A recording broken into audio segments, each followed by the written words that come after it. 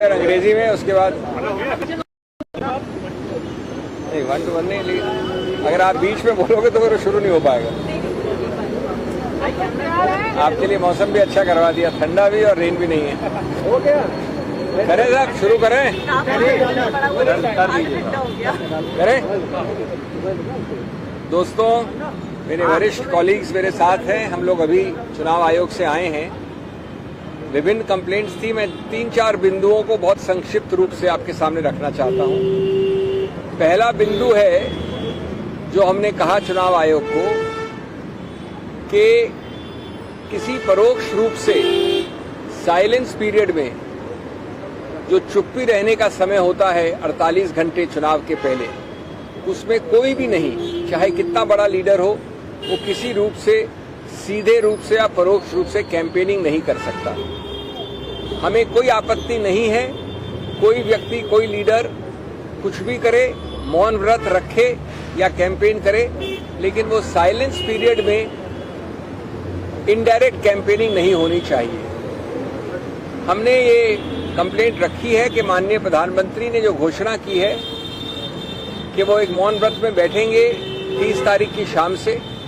आप जानते हैं कि जो चुप्पी का समय है वो 30 तारीख की सुबह 7 बजे से लेकर 1 तारीख तक चलता है।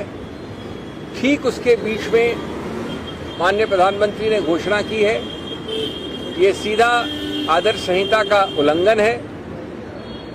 ये वो तौर तरीके हैं जिनसे आप या तो कैंपेनिंग कर रहे हैं या अपने आप को प्रसारित कर रहे हैं सभी चैनल्स द्वारा, प्रिंट मीडिया द्वारा।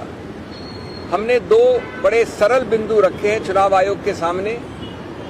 या तो प्रधानमंत्री इसको मात्र 24-48 घंटे बाद शुरू करें, 1 तारीख की शाम को वो हर प्रकार का आध्यात्म मौन व्रत कर सकते हैं अगर वो चाहें तो, और या अगर वो इंसिस्ट करते हैं कि कल शाम को 30 तारीख की शाम को शुरू करेंगे जैसा कि घोषणा में आया है, तो ये आवश्यक होना चाहिए प्रतिबंध चुनाव आयोग द्वारा कि इसका प्रसारण न प्रिंट न देखने वाली मीडिया, विजुअल मीडिया के द्वारा प्रतिबंधित होना चाहिए।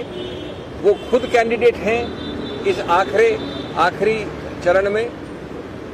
55 करीब 55 के आसपास कॉन्स्टिट्यूएंसीज हैं और इस प्रकार का प्रसारण बिल्कुल नहीं अनुमति मिलनी चाहिए। हमारा दूसरा एक मुद्दा है संक्षिप्त में कि बड़े भद्दे, अभद्र, भर्त्सना योग्य बीजेपी फॉर इंडिया के औपचारिक ऑफिशियल हैंडल से इश्तिहार निकाले जा रहे हैं, जिसमें धर्मों और समुदायों के बीच में सीधा वैमनस्य फैलाने का एक सीधा प्रयत्न नहीं है, सीधा वैमनस्य फैलाया जा रहा है। हमने एक इश्तिहार रखा बीजेपी फॉर इंडिया के हैंडल से, जिसमें एक अल्पसंख्यक के पास जाकर दूसरा आदमी किसी और के पास जाता है और कहता है, हिंट करता है कि हम आपका सामान लेकर उस अल्पसंख्यक को दे देंगे। ये और वो कांग्रेस के नाम पे चलाती है, बीजेपी फॉर इंडिया के हैंडल से कांग्रेस का नाम सीधा लेती है। ये झूठ ही नहीं, 75 साल इस देश में विभिन्न प्रधानमंत्रियों, विभिन्न पार्टी के लीडरों ने कैंपेनिंग की है। इस प्रकार से किसी सत्तारूढ़ पार्टी या किसी विपक्ष पार्टी ने ऐसी भद्दी, अभद्र कैंपेनिंग नहीं की है। ये संहिता का, चुनाव का जो एक्ट है, रिप्रेजेंटेशन ऑफ पीपल्स एक्ट, संविधान के सब जो मूल तत्व हैं, सब चीजों का उल्लंघन है, डूज एंड डोंट्स का उल्लंघन है। इसमें भी तुरंत प्रतिबंध लगना चाहिए। तीसरा बिंदु जो हमने रखा चुनाव आयोग के सामने वो है डॉक्टर्ड वीडियोस का। जब कोई और थोड़ा सा भी अनजाने में भी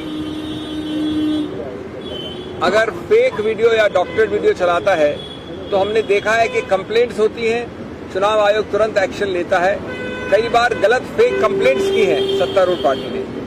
हमने उनके समक्ष एक कंप्लेंट रखी है जिसमें कि सीधा राहुल गांधी के भाषण को विकृत किया गया। राहुल गांधी ने आप लोगों के सामने उस भाषण में, उस रैली में 3 बार हिंदी और अंग्रेजी में दोनों बार कहा कि आप नोट कर लीजिए कि 4 तारीख के बाद इस देश में प्रधानमंत्री प्रधानमंत्री के पद पे नहीं रहेंगे। इनको टाटा बाय बाय, इनका राजनीतिक पूरा जो पद है वो खत्म हो जाएगा। उसी वीडियो को उसी भाषा में चलाकर एक बहुत बड़े बीजेपी भाजपा के समर्थक ने, जिसके 66,000 व्यूज हैं, उसमें सिर्फ 2 शब्द बदले और कहा कि राहुल गांधी कह रहे हैं कि 4 तारीख के बाद प्रधानमंत्री मोदी ही आएंगे।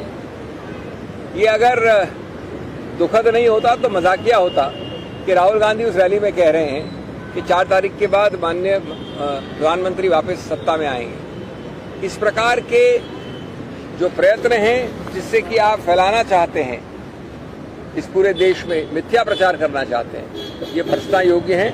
और अंतिम बात मैं कहूंगा, एक बड़े जाने माने रिपीट ऑफेंडर है, सीरियल ऑफेंडर कहूंगा उनको, इन मामलों में सीरियल किलर कहा जा सकता है।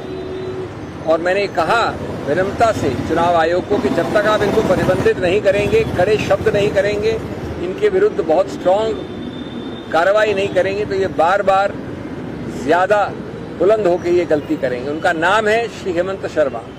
न किसी प्रधानमंत्री ने, न किसी मुख्यमंत्री ने 75 साल में ऐसे शब्दों का प्रयोग किया है।